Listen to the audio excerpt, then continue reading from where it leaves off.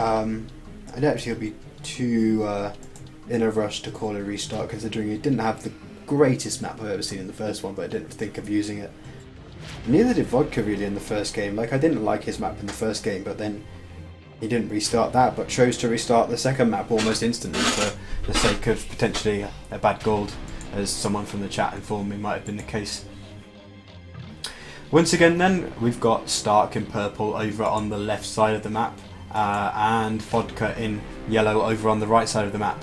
So it's kind of deja vu in that sense, but it is very different because now the players are roughly twice as far apart. We're not seeing this very close rush distance, kind of almost a top from across the top quarter of the map. Now both players are very much on the kind of like halfway line if you think about the map kind of from top to bottom. So they're much further apart, and it's not this massive... Whoa! If there are any drushes in this game, then that could be very, very important. 4 wolves within no space at all, and 3 in the same place. That is crazy. Yeah, we don't have this massive wide open area between the two players, so it's not going to be quite as potentially open and chaotic as the previous game could have been. This time I'd say Stark, besides the fact that he does need to kind of take care of this gold, which is sort of forward and at the bottom of a big hill. I'd say he's got a nice map otherwise, because these 2 wood lines are pretty good. Berries in the back, deer close to the berries, that's really nice for him. And in fact another second deer patch here as well. So I think he's got quite a nice map, and you know, if he gets onto his second gold later on, he can probably defend this one quite well from the hill. So that's looking pretty good for him. Vodka, quite a nice back gold and quite a nice back wood again. So, and this second gold is really close to him as well. So I doubt we'll be seeing any inclination to restart from either player here. Then, yeah, Wolf Rush. You don't really tend to see a kind of Gold Rush style militia Wolf Rush on Arabia, but this is certainly possible on this game. I don't think either player will be doing that though. It would be odd to see someone go for that kind of sort of trick move in a high level Arabia game. 4 on wood this time for Vodka, so perhaps he's thinking about drushing, unless he's going to be doing a 4 on wood scout build, which you do see some players do. Maybe he's going to be the one to do the Wolf Rush drush, but only 3 for Stark, so maybe he's going to do scouts this time instead of a forward, luring in 1 deer, which is quite nice. He's going to be, he looks like he's just going to push them from this far away patch, and then perhaps he might just take these with the villagers after they finish the berries, because you know, they're close enough, and he doesn't want to expend scout time pushing in 8 deer in total. That would mean losing out on a lot of total scouting information. Stark just informing Vodka that he stole 2 sheep from him in the previous game, but Vodka is just like sort of taking the mick out of that, saying, "Oh, you're so strong, you stole my sheep." But Vodka's missing 2 sheep again here. This villager could potentially have found them if the ball had just been a little bit further. But no. I'm going to actually have a look what his scouting is like once this ball comes in. This is quite a long range ball lure, so I do have the potential for that to go wrong, but it's just about going to make it into the TC. Is it? Yes. Okay, his scout did find his extra sheep, so he's not missing any.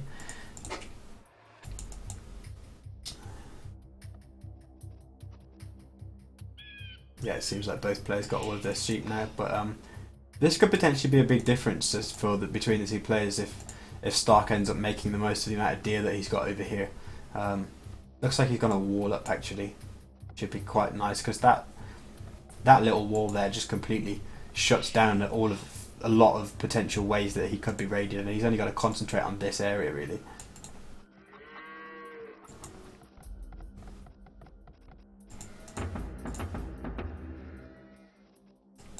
Josh coming out for Vodka then.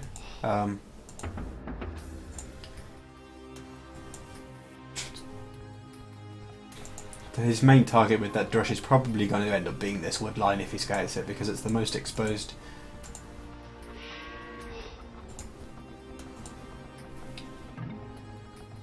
Start going up onto the feudal age on 23 population, so if he is going for scouts, that's perhaps one population higher than you would typically see, and potentially even two, because obviously 21 population scouts is also very viable.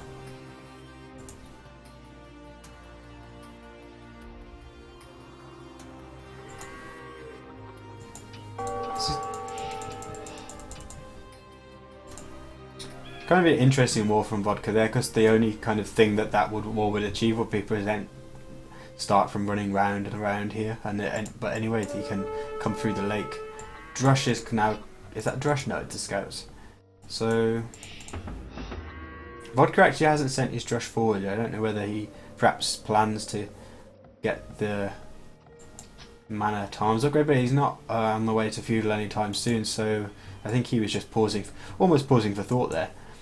He could have had that Drush at Stark's base a bit sooner than he's going to. Vodka losing control of his scout there then. It had been taken off stand ground, so when it came to arrest and was under attack from the TC, it went to try and attack the TC, so that's kind of a big thing. Like, when you're drushing, the scout is really important to multiply the strength of the drush, and also just to find out where is the best place to hit the drush, which places are vulnerable, because all he knows about at the moment is that wood line, and it's walled up anyway, so now he's going to have to try and find a way in with his drush, and he's just not going to be able to locate the resources that he needs to harass too easily. And he'll also have to go quite close to the TC, maybe taking a shot or two. Vodka's walling up hugely here, which is obviously quite a common play when you go for the drush, to kind of use that to then slingshot into the castle age quite quickly.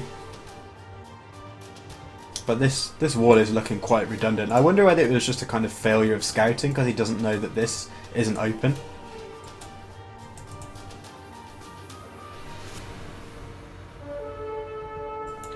But we'll see if Vodka is kind of planning to do a Drush FC or more of a Drush flush. His resources are looking low to do a Drush FC anytime soon, because they're only 40 on gold, and 40 gold, sorry, with 3 villagers on gold, so he's not going to be having a nice fast castle time, and we could be seeing more of a Drush flush, perhaps. He's ended up wasting quite a bit of resources and villager time trying to do this, because he sent a villager out here initially that was unloomed, and he had to run back with that, and then lost that time, and now he sent 2 further villagers out which have gone idle.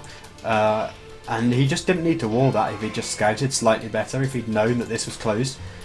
And I mean, imagine even if it was open and these walls were achieving something. Like, he needs to do it, yeah. His Drush came in on the berries and just got cleaned up by the scouts of Stark, so that's going to be no problem for him, no further harassment from the Drush. And he's going to send his scouts out to see what he can do. But Vodka has walled up correctly as far as I can see. I don't think he's going to be vulnerable to those scouts.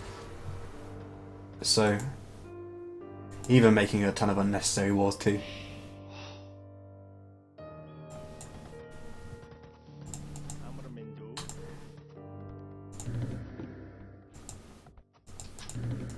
But yeah, he's going for the Drush FC, probably into crossbows. It's just that the timing was, perhaps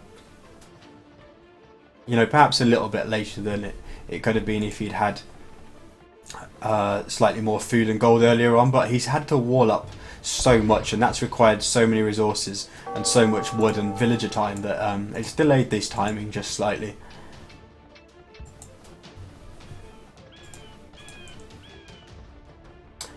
I think an early castle agent getting crossbows quite quickly will be a very nice play on this map though, because this gold will be just so vulnerable to crossbows, and I think Stark could end up having to throw up a tower if they're to retain access to it. And this is the only gold that he's got access to at the moment. Other two outside of his walls, quite a long way away. So we may well see that tower coming up.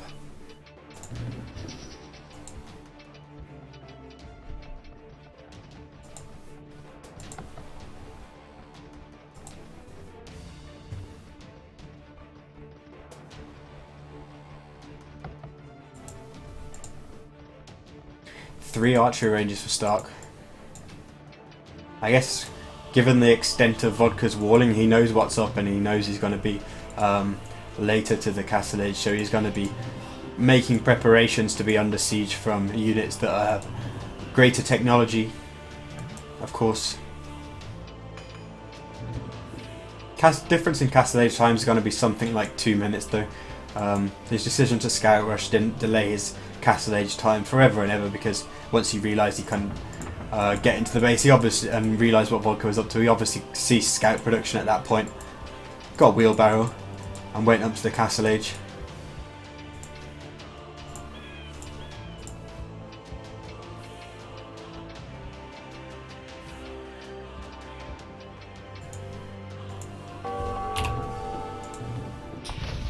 Vodka going straight into cavalry archers though, he's not going to do crossbows. It means he will have to add a stable at some point to get bloodlines. And forward siege workshop straight off the bat, so he's looking to apply a lot of pressure. Even though Stark re-walling this, the fact that like Mangonel attacking downhill on the double palisade wall, even double palisade won't stand up too long if he chooses to try and enter via that route, but otherwise he'll be able to apply a lot of pressure here as well. Stark's gold obviously quite exposed,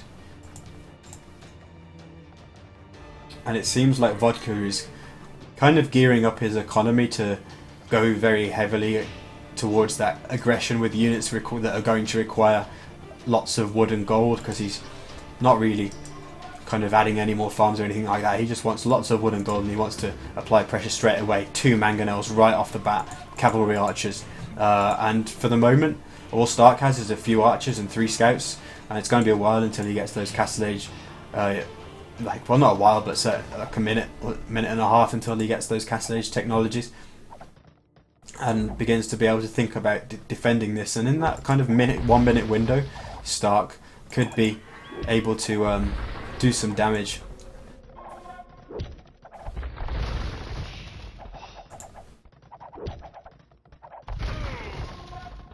Sorry, Vodka could be able to do some damage to Stark.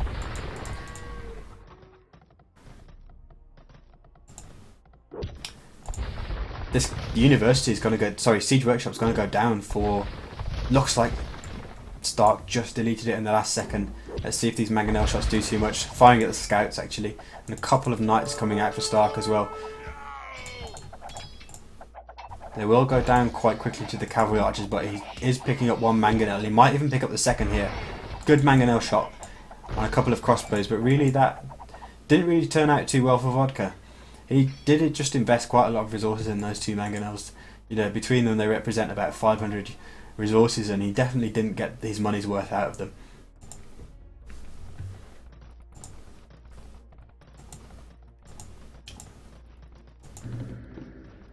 Vodka adding a 3rd archery range to having kind of set up his economy to commit to this castle age aggression. He's just going to carry on with that despite this initial setback, whereas Stark opting for the town centre, so he's going to play a bit of a defender's role for the moment and then try and gain some economy advantage. He certainly defended that first attack from Vodka very nicely, and I'd say cost effectively, so let's see if he can keep that up.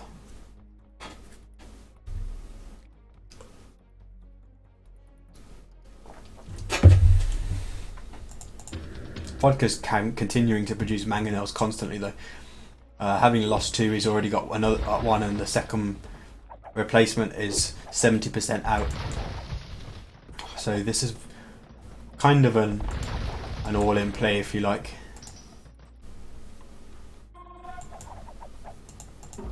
Or 1 TC power play. Stark on the 3rd town centre already.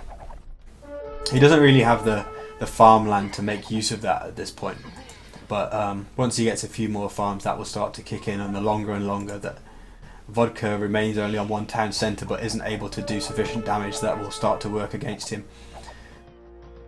And right now, despite the fact that Vodka is committed to going aggressive with 1 town centre, he doesn't have the military advantage.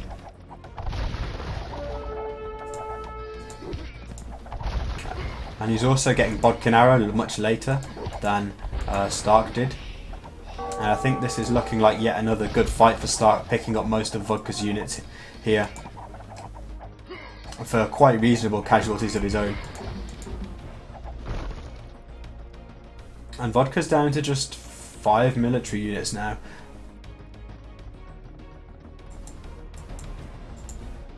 Without any extra town centres at this point to get his economy working, so he's just going to be continuing with that aggression, whereas Stark is on 3 town centres, and although there's a little bit of kind of lag, if you like, for that to start working, he has got the farmland now to start making that count in his advantage, and he's starting to stretch ahead, whilst also in terms of economy, whilst also maintaining the military lead for now. Stark's also had wheelbarrow for the last 10 minutes, whereas Vodka's just getting it, so it feels like Vodka's roll of the dice at the start of Castle Age just hasn't really paid off for him now, and Stark's going to be controlling the game from this point on.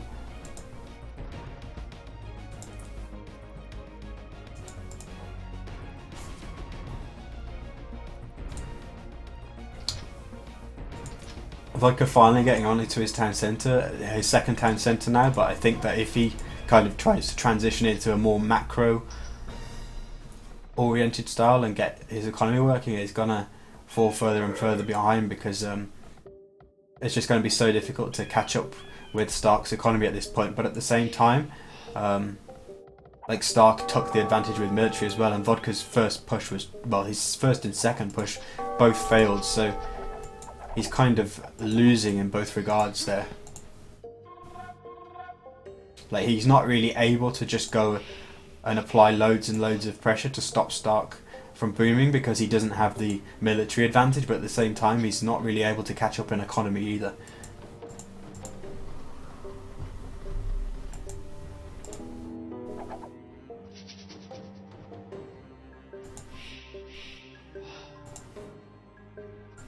Ballistics coming in for Vodka. So Stark's doing quite a nice job of keeping some army at home to protect that still potentially vulnerable gold. He doesn't want to take this fight downhill, but he does seem to have slightly more numbers with the support of a few crossbows. Still much better to take the hill though, obviously.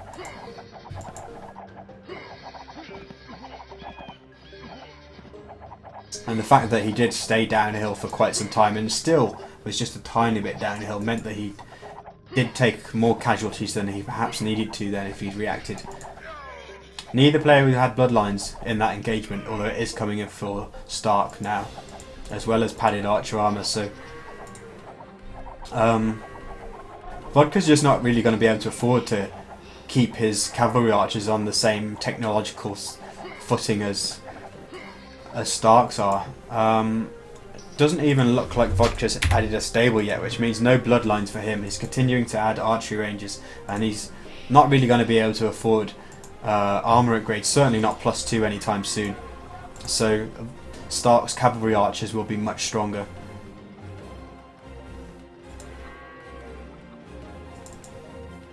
It looks like he's going to take another fight here as Vodka just runs in, probably on a right-click move rather than any kind of patrol there, and he takes more unnecessary casualties to Stark's cavalry archers, which are now very powerful indeed.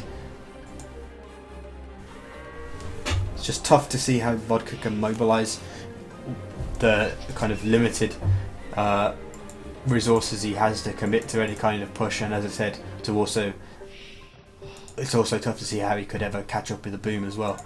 So he's going to have to pull off something special here, I think. 2 monasteries for Stark as well. You'd assume he's going to be going for the relics with that, but 2 monasteries seems kind of overkill. And I really can't think that he would be expecting to have to do any kind of monk defense anytime soon. Just not necessary with the armies that the players have in the field. And indeed, as far as I can see, he's only made 1 monk from his 2 monasteries. So Vodka just about starting to get bloodlines then. But even as he does that, Stark gets Thumb Ring, which makes the cavalry archers just so much better. So for this whole game, really, after he got to the Castle Age first, he's been behind on technology, and it's meant that he's taken kind of some poor fights at times. And really, this one was the only one that kind of turned out in Vodka's favour initially.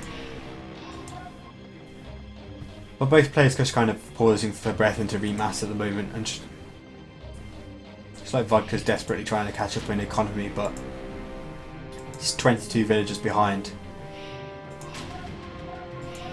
and his resources are almost empty. Whereas Stark is starting to have a very promising amount of food, and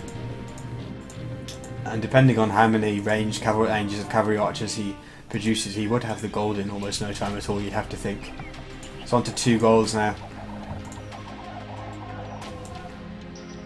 as well as taking a 10 military unit lead. So I think once Stark gets that Imperial Age, it's going to crush Vodka's hopes in this game, because he's just going to be so much slower. And really, the map that Vodka has, like, he's walled quite a bit of it with some buildings, but there are just palisades everywhere. He's not going to be able to keep Stark out of his base.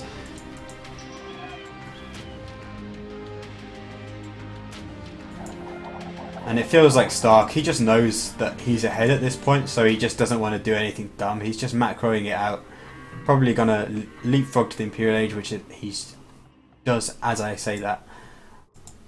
And then make that Imperial Age technology count for him when he reaches, if indeed the simple fact that he gets to the Imperial Age doesn't trigger the GG from Vodka anyway, perhaps.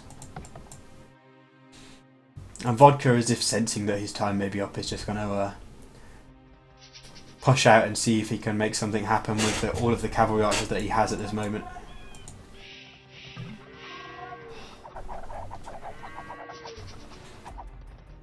Gonna run into Stark's own cavalry archers patrolling at the top of a hill though then, and has to go back. And really, Stark's just doing a nice job of camping hills here, just playing it safe, avoiding unnecessary losses and the potential to let Vodka back into this game.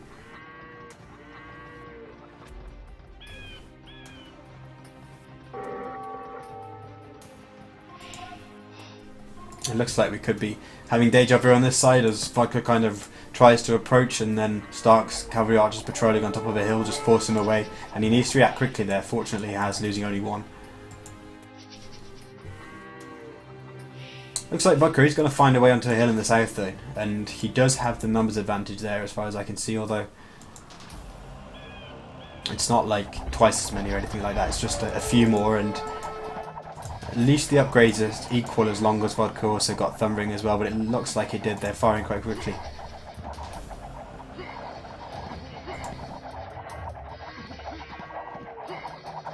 But yeah, definitely the numbers advantage was present for Vodka. I'd have said he may have maybe 5 or 10 more at the start, but that's really counted in his favour there.